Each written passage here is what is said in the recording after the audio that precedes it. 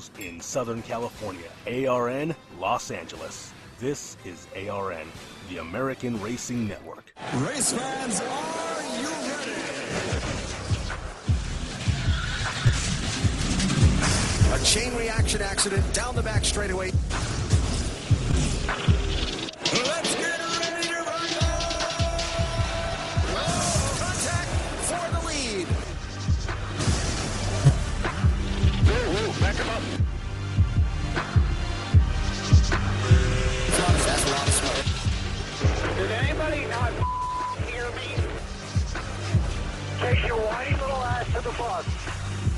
Here comes Kozlowski in that red and white car right behind Logano. Brad's gonna try it, not gonna make it stick. Matt Kenseth is now to go for Jeff Johnson. Looks tail is low, push up high. Here they come. Gentlemen, start your engine! Bristol, and oh, by the way, Bristol. So some burnt sheet metal, burnt rubber, twisted up race cars, pissed off race fans. Just another Saturday night at the short track racing. We'll recap Joey Logano's win in Bristol over the weekend, the Ford sweep at the little half mile in Tennessee, plus testing across the board in NASCAR going on today, plus the 2015 schedule due out tomorrow. And oh, by the way, the chase is almost here. This and more coming up on the Pit Pass. Get ready. Stay ready. Wrap in. And hold on. Get ready. Stay ready. We're getting the green, starting right Get ready. now. That's how we need to do it, boys. That was awesome. Yeah. We're either going to get them or we're going to wreck. Four times, I'm a little upset. Dude, I left the room. What the hell? Pisses me off so much. You have no idea. That was a bull. You never quit. This is how you're going to win a championship. You never quit. Therefore, we're going to keep scratching off that bucket list for you, buddy. Stay in it. Wide open. Come on. Come on, baby. How about that, boys? You're awesome. This is the Pit Pass, your personal pass to everything NASCAR. Live from the Pit Pass Racing Studios in Southern California, here's your host, Alan Bailey. Who'd have thought that there'd be some twisted sheet metal and some upset people following the Bristol race over this last weekend? Maybe a lot of people did. Yeah. Welcome on into the Pit Pass, your personal pass for everything NASCAR right here on ARN, the Motorsports Authority. I'm Alan Bailey. You can find me on Facebook, Twitter, and Instagram at the Alan Bailey. You can also do this. You can call into the show at 720-600-RACE. That's 720-600-7223. You can call now. Phone lines are open. Lots of stuff at Bristol over the weekend. The fact that everybody seemed to get into a crash on Saturday night seems to be the hot-button topic. Ooh, crashes at Bristol. Ooh. Like, you didn't see that coming, and you didn't think, yeah, maybe that's a distinct possibility, and maybe that is going to happen. No. Instead, it was a total shock, and it was utterly unbelievable by some standards, which I totally don't understand. I really do not. A lot of people were shocked at the fact that we went back to the old school Bristol. You go back 10, 15 years ago, racing at Bristol was racing right down on that white line, and oh, by the way, in order to get past somebody, you had to literally get your bumper up underneath their rear bumper and move them out of the way. On Saturday night, we saw a bunch of comers and goers. We saw people getting into the wall. We saw some fenders rubbed. We saw some wrecked race cars. We saw Dale Earnhardt Jr. get caught up in a wreck, so everybody had their arms up in the air. Oh, it was a horrible race. Oh, Junior got caught up in a wreck. Oh, it was horrible. Oh, get over it. Rubbin' is racing, is the old saying, and Bristol could not be more true to that old saying. And yeah, Joey Logano, I don't want to call him a surprise winner, but if you watch the race on Saturday, yeah, he kind of was a surprise winner. He was nowhere near the front for a majority of the race, and then right there at the end, there he is. Hey, how are ya? And that seems to be kind of what's happened a lot this season. Go figure. But the thing that everybody seems to be talking about is the fact that 2 races until the chase, the cutoff bubble. You have Kenseth, Newman, Boyer, and Biffle, who are in the chase right now. You have Larson, Kane, Dillon, Menard, McMurray, and Ambrose, who are all on the outside looking in. Let me ask you something, and I'm being 100% serious right here. With all those names that I just rattled off, do any of them at all, seem like serious contenders for the title? No, I'm being 100% serious here. Do any of them seem like they're honestly contenders? Kenseth, who hasn't really had a bunch of top fives, no wins, obviously. Newman, who can't honestly find the top 10 if he had a map. Boyer, who we haven't heard of anything about all year. Biffle, who's been in a lot of wrecks this year. Larson, who is a rookie who's doing good, but let's face it, he's still a rookie that's still getting his feet wet. Kane, who, even though his teammates all have 3 wins, he has no wins and nowhere near the top 5 all season. Dillon, who, let's face it, I think went down more laps than anybody else on Saturday night than in the history of Bristol Motor Speedway. At least it felt that way. You had Paul Menard, who, let's face it, he's nowhere to be found. McMurray, who can't find the top 10 either. And Ambrose, who still can't find the top 10. Do any of those drivers, any of them at all, honestly seem like, you know what, they've had a great year so far, they should definitely be in the chase? Kenseth is 83 to the good. He's basically in as long as he starts the next 2 weeks. So is Newman. He's 42 to the good. Boyer is 31 to the good. He could still screw that up royally. Biffle is 26 to the good. He could still screw that up royally. Larson, 26 out. Kane, 33 out. Dillon, 40 markers out. You have Menard, who's 45 out. McMurray, who's 60 markers out. And Ambrose, who has 68 markers out of that final 16th cutoff for the chase. Which, by the way, now that I'm actually here, now that we're here, 2 races away from this thing starting, I'm starting to think that this is a joke. I truly do. It's kind of like a bad TV sitcom that just, the laugh track is starting to just unwind, and it's basically very obvious now that this isn't fun. This might have been a horrible idea, and I seem to be the only one who's saying it. Everybody's saying, well, the chase is a brand new format, and it's gonna develop into a great race, and it's a great system for the chase. Anybody who's not getting a paycheck from NASCAR will tell you that maybe this isn't the best thing for the sport. You have 16 drivers who are going to be making the chase. Why? Why is 16 drivers going to make the chase? When the chase started, the premise was the 10 drivers. Nobody outside the top 10 had ever come back and won the championship in the history of our sport, but ever since Tony Stewart did it, and yeah, don't look now, he was in the top 10. He was 8th seeded for that one. So, again, the premise still is the same. Nobody's ever come out from outside the top 10 with 10 races remaining to win the championship. But NASCAR, in their brilliant mindset, thought, you know what? Let's just go ahead and we'll just tack more guys on the end. Yeah, and then we'll have this elimination. We'll have 16 drivers, 10 races, 4 eliminations, 1 champion. Yeah, all those numbers seem to go backwards in the largest to the smallest. So they gotta be all perfect, y'all. That's just perfect, y'all. It's great. Let's just do that yet. That was their mentality. The more the merrier. What is so special if 16 drivers are in? Let me ask you this. Dale Earnhardt Jr., Jeff Gordon, those are the 2 drivers who are kind of walking away with the point lead right now. Not that it really matters, and not that it's really going to matter by the time the flag in Homestead flies, but are you really going to lump the years that Jeff Gordon and Dale Earnhardt Jr., which arguably are championship years, are you going to lump those championship years in with the likes of Kenseth, Newman, Boyer, Biffle, Larson, Kane, Dillon, Menard, McMurray, and Ambrose? No! They're on completely different levels. Both of those drivers have 3 wins apiece. Kenseth can't find the winner's circle if he had a GPS system. Neither can Newman, Boyer, or Biffle.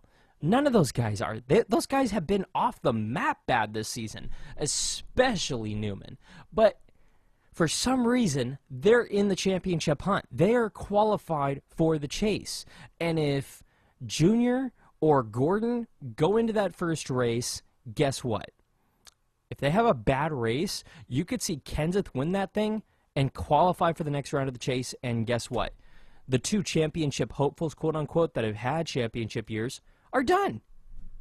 That's bull to me. That's complete garbage. That's complete utter ridiculousness, and it's totally absurd. You cannot convince me otherwise. I think that it's completely absurd, completely stupid, and completely asinine that we're honestly sitting here talking about Matt Kenseth, Ryan Newman, Clint Boyer, Greg Biffle, Kyle Larson, Casey Kane, Austin Dillon, Paul Menard, Jamie McMurray, and Marcus Ambrose as championship hopefuls, and we're talking realistically about their championship chances.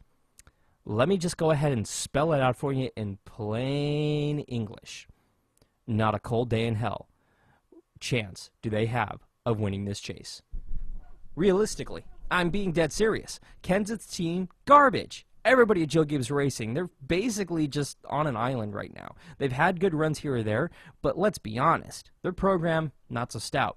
Newman and RCR, garbage. You need proof? Here's where everybody is. Newman, basically qualified for the chase right now. Not in, but basically is.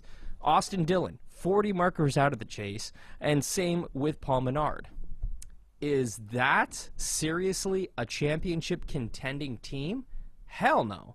You look at Earnhardt Ganassi, Ganassi Racing now. You have Larson, who's 26 points out, and McMurray, who's 60 markers out. Are those drivers, is that organization ready to compete for the chase? They're not in it yet, but they're in the hunt. Mathematically speaking, they're right there. Ugh. I mean, seriously, ugh. Casey Kane, he's had a horrible year. Horrible year. His teammates have all 3 of them have rattled off 3 wins apiece. He can't get 1. He's had a horrible year, and the downward spiral continued at Bristol. No, none of these drivers, not a single damn one of them, deserve to be in this chase. Not a single damn one of them should be able to compete for this chase. Yet NASCAR wants to go ahead and say, no, it's okay. You guys just come ahead and y'all just come on in and y'all just compete on the same stage as the guys who have rattled off 3 wins each this season, because for some reason in our teeny tiny redneck minds, you are eligible for the chase. Yeah, NASCAR seriously needs to get their head out of their asses, because this is just stupid. It's stupid, because the second Dale Earnhardt Jr. won Daytona earlier this year, the rest of half of Junior Nation went, well, he's in the chase. Okay, see you in 6 months, NASCAR, and didn't tune in. Same thing with a vast majority of NASCAR Nation. As soon as your favorite driver won a race in 2014, be honest. Did you care about the remainder of the regular season, quote-unquote? No. No, you didn't. A lot of people didn't. A lot of people checked out as soon as their favorite driver won the race. And then come September 14th, when we go to Chicagoland for race 1, everybody's going to tune back in. And the second their favorite driver gets eliminated, click. See ya. Football's here. I don't care. And that is the cold hard truth. Football starts at the same time the chase does. Do you think that's a coincidence? Do ya? No. That's NASCAR sitting down and going, well, we need to all compete with that there football, so y'all, let's just go ahead and come up with this chase. And y'all, let's just go ahead and think we can compete head-to-head with football, so let's just go ahead and, yeah, we'll go ahead, we'll compete on the exact same times. ESPN can throw us all over which way they want, because ESPN don't give a rat's hell about NASCAR because the ratings are shit. But no, we'll just go ahead and we'll just pretend we care about NASCAR if it's ESPN, but they don't care about NASCAR because ESPN don't care about nothing racing related unless somebody dies, in which case they make up lies on their network. But we'll just go ahead and we'll start our chase at the same time as the football starts, because we think we can go ahead and compete with them. And when we don't, then, well, we'll just deal with it, y'all. It'll be fine. It'll be fine. We'll just deal with it, y'all. And if you don't like it, you can all watch football or you can all watch NASCAR. We're going to make you choose. NASCAR, this might be shocking, But the fact that football only happens a couple of months out of the year and not 9 months out of the year like your sport, 10 months out of the year like your sport does, that might make it a little special. And it might have people prone to pay attention to it, as opposed to the racing that has literally gone on for 8 months leading up to the chase. Yeah, I'll be perfectly honest. Once the chase starts, I'm going to watch it for this program. It's part of my work. I work here at ARN. I'm going to cover it. I'm going to watch it for my job here at ARN. But I'll be honest with you, perfectly full disclosure here, I'm going to DVR those races. I'll be watching football live. I'd rather watch football live and DVR NASCAR races and all of more or less the other forms of racing that are still on the air, because frankly, football's on 3-4 months out of the year, and NASCAR's on literally 10.5 months out of the year. I can watch NASCAR at any time in the year, literally. I can watch football only certain times in the year. My money, my attention is going to be spent watching football, as is most of NASCAR Nation, whether they want to admit it or not. Because once football comes around, ESPN goes into, woo, football, woo, y'all, let's go watch football, woo! And they could care less about NASCAR. They really could. You need proof? Look at what happened on Saturday night. A lot of the ESPN networks carried the race on Saturday night in certain areas, including Charlotte. Charlotte dumped the NASCAR coverage from ABC to an ESPN2 affiliate.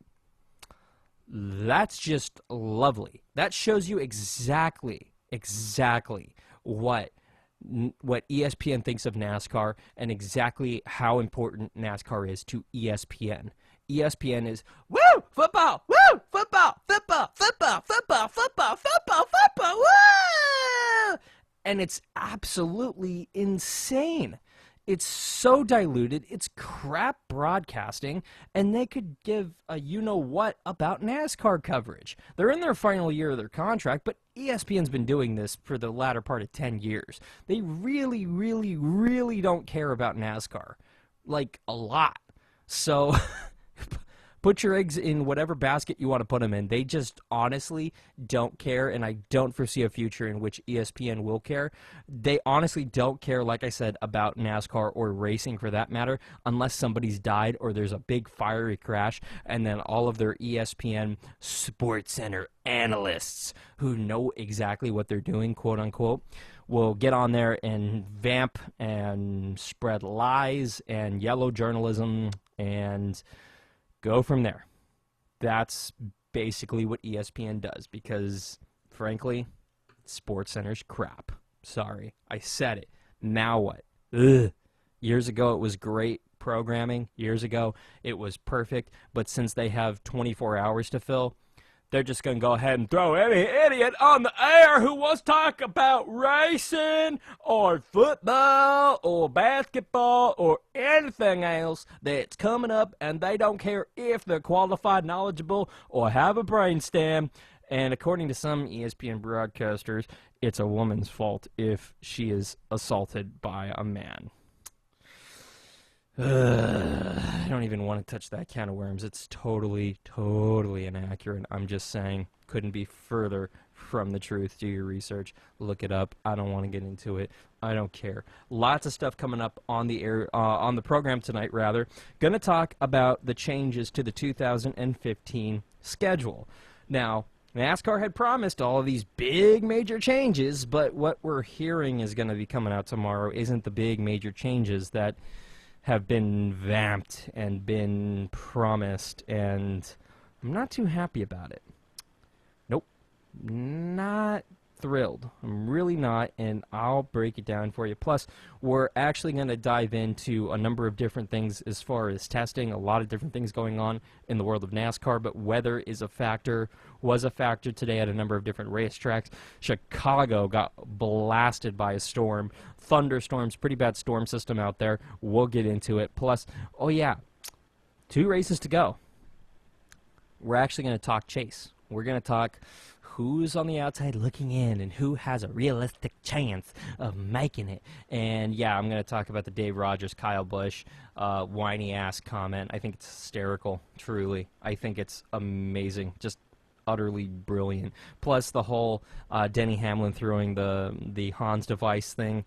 We'll get into the ins and out of that one, because that one is very interesting. And yeah, we're breaking down all the changes for the 2015 schedule. So don't go anywhere. This is the Pit Pass, your personal pass for everything NASCAR. You can find me at The Alan Bailey on Facebook, Twitter, and Instagram. The phone number, 720-600-RACE. That's 720-600-7223. You're listening to the Pit Pass, your personal pass for everything NASCAR, right here on ARN.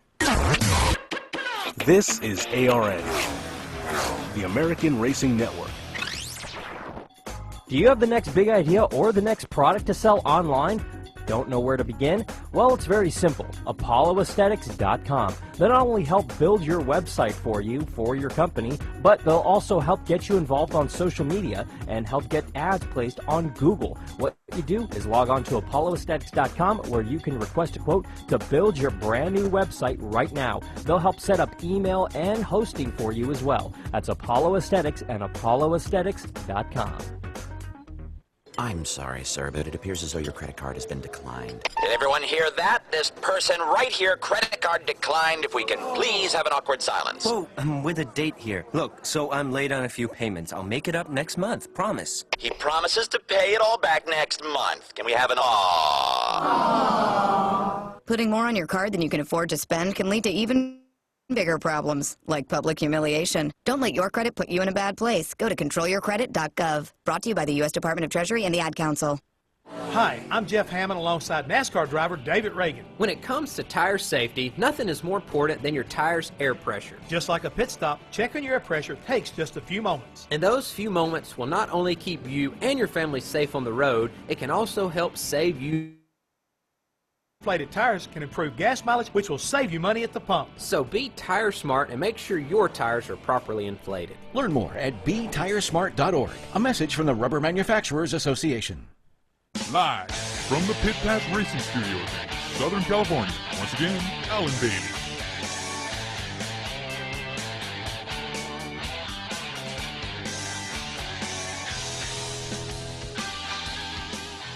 Alan, you seem angrier today. What happened over the weekend to you? Hashtag fat chat. I'm not that fat. A. B. Nothing, actually. I had a very, very, very, very good weekend, and I do want to take this time to, I don't want to say announce, because if you follow me on Facebook, Twitter, or Instagram, you saw this over the weekend. I got engaged over the weekend. Very, very excited about that. So I wanted to thank everybody who sent their well wishes and their congratulations. Honestly, we're very appreciative. Me and my longtime girlfriend Gabriella finally, we didn't get hitched. We got engaged on Friday evening. It was very cool. Spent the weekend with family and telling everybody, a lot of people that I haven't talked to in decades coming out of the woodworks. How'd you do it? Did you say yes? Oh my God. Where'd you do it? La la la la la. The people you haven't talked to in 10 years, they all kind of came out of the woodworks. Very odd. Very odd. They're wanting intimate details, and I haven't spoken to them in a decade. It's kind of like, where have you been? I thought we hated each other. Can we go back to not hating each other? Or hating each other? Because I kind of didn't. I kind of stopped talking to you for a reason. It was weird, to say the least. But thank you, nevertheless, for all the well wishes and congratulations over the weekend. It was little. I don't want to. It was overwhelming, to be very frank, but it was very cool to see how many people honestly stopped and took the time to congratulate us and wish us good luck in this, that, and the other. No date yet. No idea when we're going to do it. We're enjoying our engagement a year or two, whenever. But yeah, it's definitely something that's going to be a while away, which that announcement inspired tweets like this. Alan, which racetrack are you getting married at? Also, is Lugnuts going to walk her down the aisle? I don't know. I was kind of hoping for the Sprint gerbil thing, whatever that character's name is. Tom. I was hoping for Tom the gerbil from the Sprint commercials to walk her down the aisle, maybe. That'd be kind of cool. I think maybe her father would have something to do with it, but I'm pretty sure he might actually give up those rights to Tom the gerbil from the Sprint commercials. I think that that's something that we'd all definitely be down for. I think that that would be kind of interesting and, dare I say, cool? Question mark? I don't know. Might be interesting. We'll see. But I want to get back into NASCAR racing because I truly think that that's what we should talk about, because this is the Pit Pass, your personal pass for everything NASCAR. You can send me comments like that, those little gems, on Facebook, Twitter, and Instagram at The Alan Bailey. Also use the hashtag ARNRace. And for the first time ever, you can actually call us here in the studio, 720-600-RACE. That is 720-600-7223. Want to talk right now, however, about the changes to the 2015 NASCAR Sprint Cup Series schedule. Now, according to a number of different sources, and it was confirmed over the weekend, NASCAR will move the Southern 500 at Darlington Raceway back to its traditional Labor Day weekend spot starting in 2015. Bruton Smith confirmed Friday that he has been given the Labor Day weekend race, that he has given up the Labor Day weekend race at the Atlanta Motor Speedway and will move that Atlanta race back to March, the date that Bristol Motor Speedway had. Bristol is going to be getting Darlington's mid-April date, basically switching everything up. The last Southern 500 at Darlington that was traditionally ran on Labor Day weekend was back in 2003, and it ended in 2003, a tradition that started way back in 1950. Now, NASCAR and Darlington's parent company, International Speedway Corporation, which, by the way, NASCAR owns, moved the race to the California Speedway in 2004, then to Atlanta in 2010. Now, Smith said that cold weather has plagued the Bristol events in March, and rain has been a fairly common occurrence at Bristol on that weekend, and that's the reason that it's been moved. The average temperature in mid-April at Bristol is in the mid-70s, and it's much warmer in Atlanta in March as well. And Smith said that the All-Star race would remain at the Charlotte Motor Speedway, and he wouldn't be willing to change the event's date. He also felt that the NASCAR Sprint Cup Series final should return to Atlanta, where it's been held for more than a decade. I'm sure he wants the finale. Everybody wants the finale, and that seems to be the recurring theme. Again, when this new chase format was announced, everything kind of went up in the air, and everything kind of got a little crazy and a little hectic. But the bottom line is that it's going to keep changing. It's going to keep evolving. NASCAR is going to take approximately a decade to make any significant changes because they're very slow to the curb. That's just what they do. That's just how they are. But we'll honestly see how that goes. We know that these three swaps are happening, and that seems to be the only thing that has been confirmed. I've talked to a number of different racetracks. All of them are pretty hush-hush, but honestly, all of them are saying, yeah, our date is more or less staying in the same spot. Obviously, from year to year, weekends change, dates change from year to year, so everything's a little changed by a week or so. But for the most part, everything seems like it's in the same order, except for these three changes that did a three-way swap. So really, it doesn't really bode well for the changes. These are the only things that we're hearing, but for the most part, we're not going to see major vamps and we're not going to see major changes. We're still going to go to Daytona at the end of February, and then we're going to go to Atlanta for the second race. We're going to go to Vegas, Phoenix Auto Club. We're going to go to we're going to go to Martinsville, then Easter, then Texas, then Bristol, then Richmond, then Talladega in May, then Charlotte, We're going to go to Dover after that, then Pocono, then Michigan, then Sonoma, then Kentucky, then Daytona for the July race, then New Hampshire, then the Brickyard 400 after an off weekend or two. We're not really sure with the dates, how they'll match up. Pocono, Watkins Glen, Michigan, Bristol for the night race in August. Then we'll have the Darlington race on Labor Day weekend. We'll have Richmond, and then the chase will start. Ooh, the 10 chase races, which are still expected to be, in this order, Chicagoland, New Hampshire, Dover, Kansas, Charlotte, Talladega, Martinsville, Texas, Phoenix, Homestead. No changes in those 10 races. A lot of it is political and about, hey, what can you do for me, buddy boy? Hey, what can you do for me? But the fact of the matter is NASCAR controls about half the racetracks, literally, and the other half of the racetracks are more or less willing to bend over and do whatever they need to do in order to keep NASCAR happy. So they're going to continue to debate and discuss, but we're not going to see a major revamp where all of these races are going to move around. I think that these 10 races are very boring and stale, to be very frank. Yes, they're on a variety of different racetracks. No, there's nothing against any of the 10 racetracks in the 10 race chase. I'm just saying we've been with this 10 race chase format we've been with these 10 racetracks now for the better part of 5 years. We've been with this new chase format for just a single year. We're in the first year of it. I already think it's time to change things up. This is a yearly thing. These 10 races should change every single year. And I'm not saying it's because we're going to get used to the races, but the fact of the matter is, you look at the first 3 races, Chicago, New Hampshire, Dover. Okay, I'm already kind of bored, to be very frank. Kansas, Charlotte, Talladega. Those 3 are good, especially Talladega. Then after that, Martinsville, short track, drama, Texas. Everything's bigger in Texas, quote-unquote, but it's a mile and a half like every other racetrack we go to. That's a mile and a half, kind of boring. And Phoenix, which Phoenix produces great racing, lots of side-by-side action, even though it's very flat, still very good. And then you wrap everything up in Homestead. Honestly, there's a lot more boring races in this chase than there are outside the chase.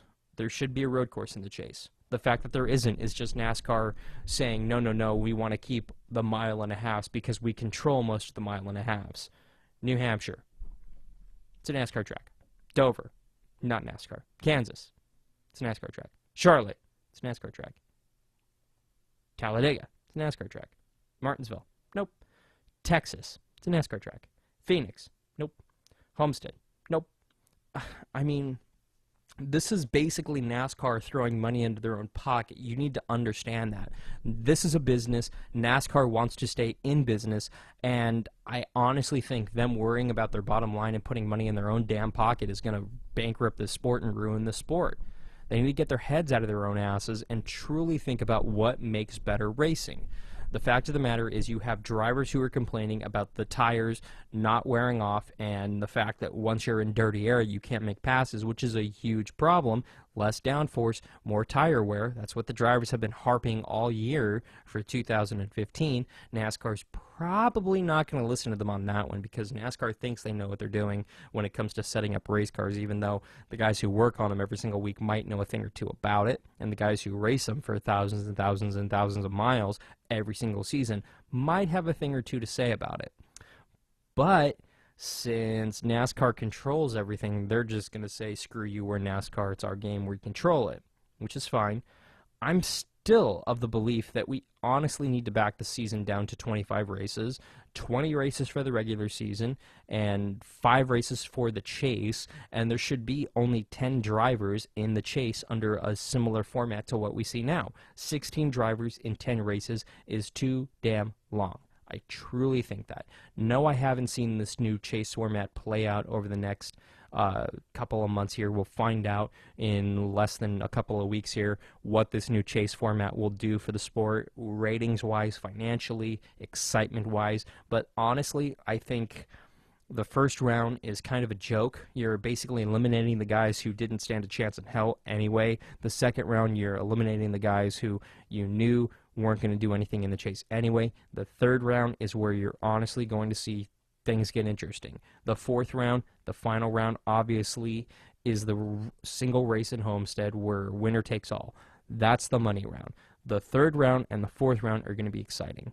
So why not drop a round and drop the 6 guys that you knew weren't going to stand a chance in hell and go ahead and condense it to, I don't know, 5 races, 3 resets, quote-unquote. Makes sense. That's just me. I have common sense. What can I say? I don't know. I'm just a guy who talks on the radio for a living here at ARN, and I'm not the one who owns a couple of multi-million-dollar corporations that they're frankly losing money. ARN, I own a little bit of a stake in ARN, frankly. I am employed by ARN, but I also own a little bit of this company. And guess what? Our profits are up. Yeah, we're doing good. Who knew? I don't know if it's because I'm talking really good into the mic or because we're business savvy over here at Turn 4 Productions, but we're doing good. You look at NASCAR. For the last 10 years, consistently, their numbers have been down, their ratings have been down, their profit margins have been down, and they're very, very, very close to filing for bankruptcy. Not that you should know that.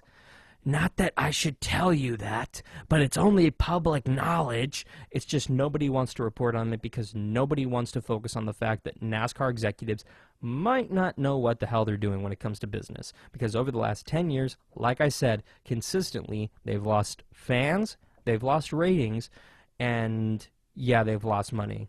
That giant NASCAR building was supposed to be 100% NASCAR executives and a couple of small businesses. They've actually rented it out to the Chiquita Banana Corporation because they need the money.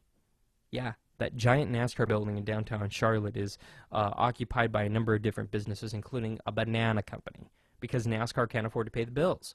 NASCAR is broke. They don't have a wealth of money, they don't have a wealth of knowledge, and clearly they don't have the know-how. We'll see what happens. And no, I don't mean this to turn into a giant NASCAR bashing section, but NASCAR bashing show rather, but I kind of can't help it because on the one hand, there are good things about the chase, but on the other hand, NASCAR needs to get their heads out of their asses and figure things out, which clearly right now, they really haven't. Really haven't. We'll see what happens. 2 races to go. Atlanta this Sunday night. Kyle Busch won that race last year, and you have Richmond next Saturday night with Carl Edwards winning that race in 2013. We'll see what happens because this is where everything gets nitty-gritty, and this is where everything starts to happen. With just 2 races to go before the start of the new NASCAR chase, it's truly the time when everything kind of gets a little trickier, gets a little longer, and we'll see what happens. I don't know. I really don't. I could sit here and theorize and tell you, ooh, this is what's going to happen. Ooh, that's what should happen. But it's a giant who the hell knows kind of question and answer situation. I don't know. We'll see. We'll step aside here. When we come back, we will talk about everything that happened out in Bristol. We'll break down some of the wrecks, some of the drama, and what exactly is going on with Kyle Busch and his crew chief. Is he looking for a new crew chief in 2015? Plus, we'll talk about the Denny Hamlin-Hans device hurdle. Is it going to cause drama? Is it going to ensue a huge fine? We'll get into it. This is the Pit Pass, your personal pass for everything NASCAR, right here on ARN, the Motorsports Authority. This is ARN, the American Racing Network. Newsflash, it's 2014. It's time to get your business online. Log on to apolloaesthetics.com in order to request a quote to not only build your website, but to set up your custom email and to set up your hosting, your social media, and more. They can also help market and brand your products in order to get more customers, in order to sell product and get it flying out the door. Log on to apolloaesthetics.com right now to request a quote to get all of these services done and a whole lot more. That's apolloaesthetics.com. In today's day and age where every phone has a camera in it, everybody thinks they're a photographer. Whether they're putting stuff online on Instagram, Twitter, or Facebook, they think they know what they're doing. But when it comes to hiring a professional photographer, you need someone with years of experience and the professional equipment that is necessary in order to capture a professional shot. Not a smartphone with some filter on Instagram. You need a professional with years of experience and photoshopping skills. There's only one place to go, and that's Self-Destruct Photography. Log on to facebook.com/self-destruct photography in order to check out their portfolio of work, plus get in contact with them to set up a date for your photo shoot. Whether you're looking to get some 8x10s done if you're an actor or professional, or if you're looking to get some family photos done to capture a moment forever, or if you need to get some graduation photos done that didn't turn out so great the first time around, or even if you're getting married, call my man Scott because he'll set you up. That's Self-Destruct Photography. Don't miss your shot with Scott.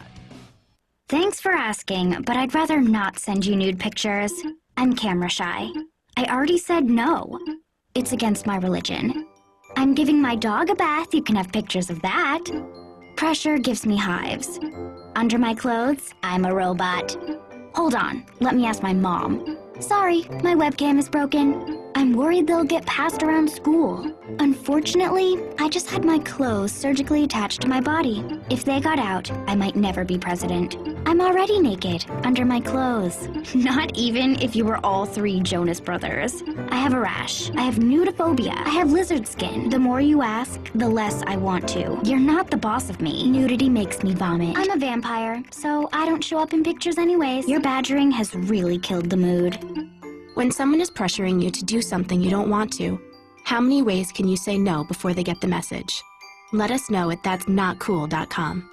Brought to you by the Ad Council. 8. We've worked together for years. 7. I'm the parking attendant. I park your car every day. 1 in 8 Americans is struggling with hunger. 6. We speak at PTA meetings all the time. Including millions of children and seniors. 5. I went to summer camp with your son last year.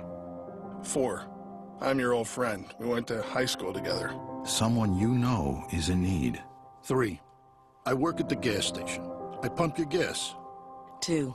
I'm your neighbor. Our kids are classmates. Who's the 1 in 8 in your life that needs help? 1. We live next door to each other. You can make a difference through Feeding America and its nationwide network of more than 200 food banks. Take action at feedingamerica.org/1in8. A public service announcement brought to you by Feeding America and the Ad Council. Okay, so let's say that you're trying to build a website for free on one of these website builders. You go ahead and spend hours uploading your personal information and all of the photos that you've taken of your products, only to find out that you can't bring a .com onto that website without paying a huge fee. And you can't remove those ads without paying a huge fee. And you can't remove all of those pesky "this website was built for free" buttons without paying a huge fee. By the time you've paid all these fees, you've paid thousands of dollars in order to remove all of these pesky ads. Why go through all the hassle? Why spend all of those hours doing it yourself? Go ahead and log on to apolloaesthetics.com, not only to request a quote to build your brand new website and to see a rendering of what your website could look like, but in order to set up services like email, hosting, Facebook, Twitter, Instagram accounts, and a whole lot more. That is Apollo Aesthetics and apolloaesthetics.com. Live from the Pit Pass Racing Studios in Southern California, once again, Alan Baby. Alan, how long until we know about a Denny Hamlin penalty for his disc throw at Bristol?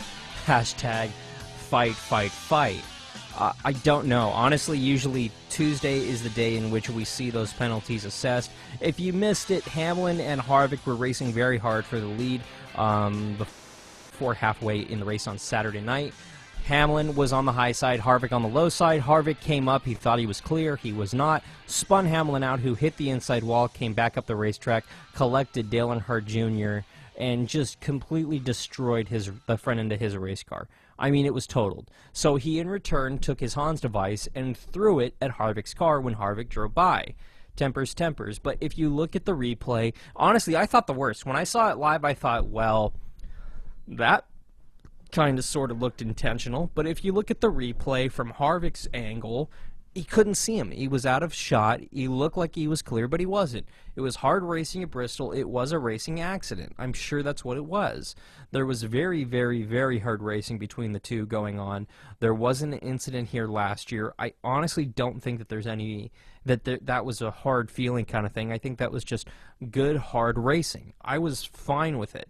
Hamlin obviously is going to be upset. Obviously he's going to be angry and want to show his displeasure, but now this is when NASCAR is going to get involved. This is when NASCAR, according to their new rules, should step in and say, hey, hey, hey, we didn't like that. But if you looked at it, honestly, Harvick was nowhere, he couldn't see the 11 car. So a lot of people were saying, oh, Harvick did it intentionally. No, I disagree with that. You're very much tunnel visioned. You can't see a whole lot when you're in the corners in these race cars. You could see basically dead ahead. And Hamlin was side by side with him. And Harvick slid up coming out of the turn. Obviously, Hamlin stayed there. He was up against the wall in the turn and through the straightaway. And basically, Harvick just wasn't clear. He slid up, thought he was clear, thought he would be behind the 11 car, and he wasn't.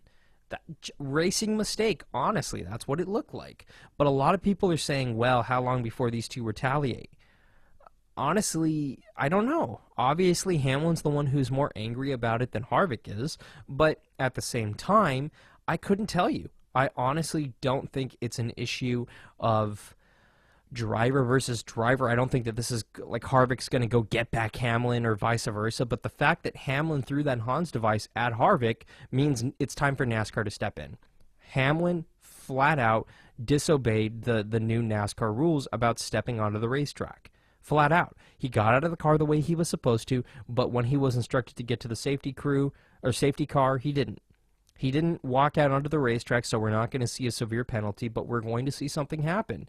And oh, by the way, he threw a $15,000, over $1,000 worth of equipment. That thing, I race, so I know Hans devices are not cheap. They're not cheap, and once you get involved in an accident, those Hans devices are basically useless. Same thing with helmets. So basically, he needs to replace his helmet and his Hans device. He needed to anyway, so anybody who's sitting there thinking, well, he needs to replace it anyway, da-da-da-da-da, he cost himself money, da-da-da-da-da.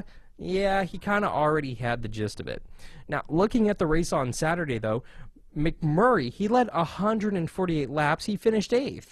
That's more laps than he's ever led in a single race, ever, in his entire career, which is saying something because, oh, by the way, he's a pretty good driver. He's won the Daytona 500. He's won the 500. He's won the Brickyard 400. He's won the Coke 600. He's won at Charlotte, I should say. He hasn't won the Coke 600 yet. Kenseth led, I think it was 60-something laps, and he finished just inside the top 5. Kenseth looked very good. I pegged him to win it halfway through the race, in all honesty. I thought he was. And then McMurray was up there, and I thought, well, okay, these two drivers are going to duke it out here, and they're going to go ahead and win it, and I'll DVR the rest of the race. That's what I did. I had family over on Saturday, to be very frank, and they were asking all the, wedding questions, because if you're just joining us, I got engaged over the weekend, I proposed over the weekend, and basically I spent the weekend hanging with family and announcing it and talking about it and all this, that, and the other. So I frankly DVR'd the remaining 100 laps of that race, and I thought, it's either going to be the 20 or the 1. It should be a good race. I'll DVR it and I'll watch it later. And then I got the update on my phone saying that the 22 won, and I kind of went, what? How the hell did that happen? What happened to the 20? What happened to the 1? What happened to these guys? Track position, track position, track position. Logano's big win at Bristol. Ooh, yeah, another chase driver won another race. Ooh, yeah, it's worthless. It means nothing. Ooh, yeah. And yeah, Biffle got very lucky over the weekend. Very lucky with that TV fender flap flapping in the wind. Very lucky. Very lucky. On that note, step aside. One more break. One more time. We got to get some business out of the way. We'll go ahead, step aside for the final time. When we get back, we'll talk about what's coming up on Wednesday's edition of Shifting Gears, plus preview 2 races to go. Atlanta this weekend. We'll talk about it when we return. This is the Pit Pass, your personal pass for everything NASCAR, right here on ARN, the American Racing Network. This is ARN, the American Racing Network. Okay, so let's say that you're trying to build a website for free on one of these website builders.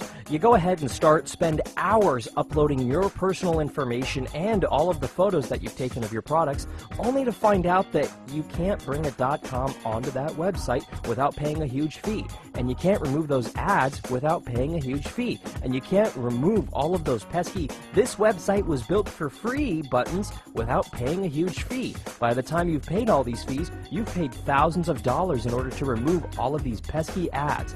Why go through all the hassle? Why spend all of those hours doing it yourself? Go ahead and log on to ApolloAesthetics.com, not only to request a quote to build your brand new website and to see a rendering of what your website could look like, but in order to set up services like email, hosting, Facebook, Twitter, Instagram accounts, and a whole lot more. That is Apollo Aesthetics and ApolloAesthetics.com. Mom, can I have some fats? I want some processed junk food. Because of bad eating habits, too many children are developing obesity. 1 in 3 will suffer from type 2 diabetes or heart disease, and their lives could be cut short. Sometimes it's hard to say no to kids, but it's even harder to see them grow up unhealthy. So when kids say, I promise I'll be good, remember, your choices shape their chances. A message from First 5 California. In today's day and age where every phone has a camera in it, everybody thinks they're a photographer. Whether they're putting stuff online on Instagram, Twitter, Facebook, they think they know what they're doing. But when it comes to hiring a professional photographer, you need someone with years of experience and the professional equipment that is necessary in order to capture a professional shot. Not a smartphone with some filter on Instagram. You need a professional with years of experience and photoshopping skills.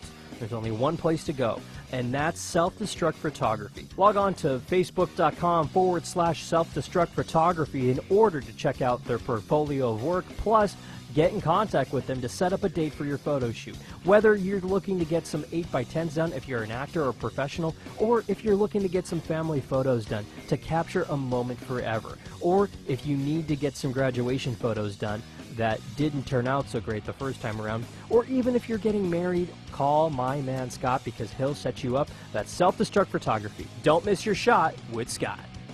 Live from the Pit Pass Racing Studios in Southern California, once again, Alan Bailey.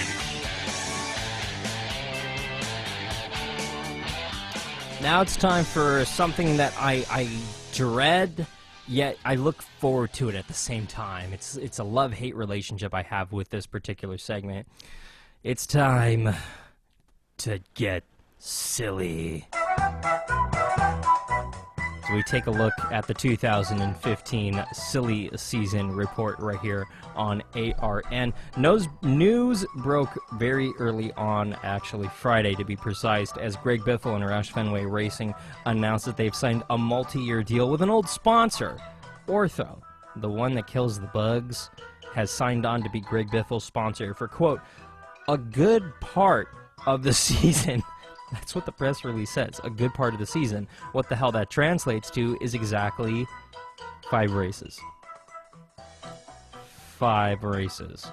They have a 5-race sponsorship deal with Ortho, which will put an ant on the hood of Biffle's car for 2015 and beyond. The rest of the sponsors to be announced. He's losing sponsor 3M to Jeff Gordon in 2015.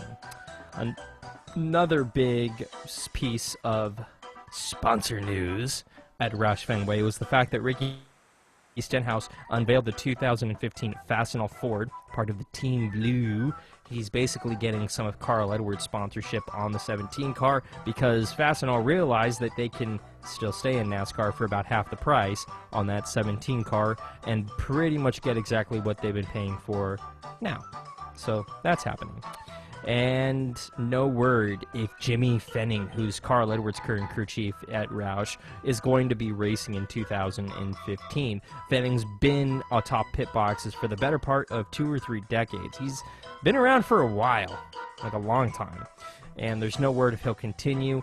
When asked during the press conference earlier last week, Edwards said Friday that he has no idea what Fenning's plans are for the end of the season. He could move over to be crew chief for Trevor Bayne in 2015 when he moves into the Sprint Cup in 2015, but no word as of yet who Bayne's crew chief will be or what Fenning's plans will be. Sources are saying he's planning on finally retiring.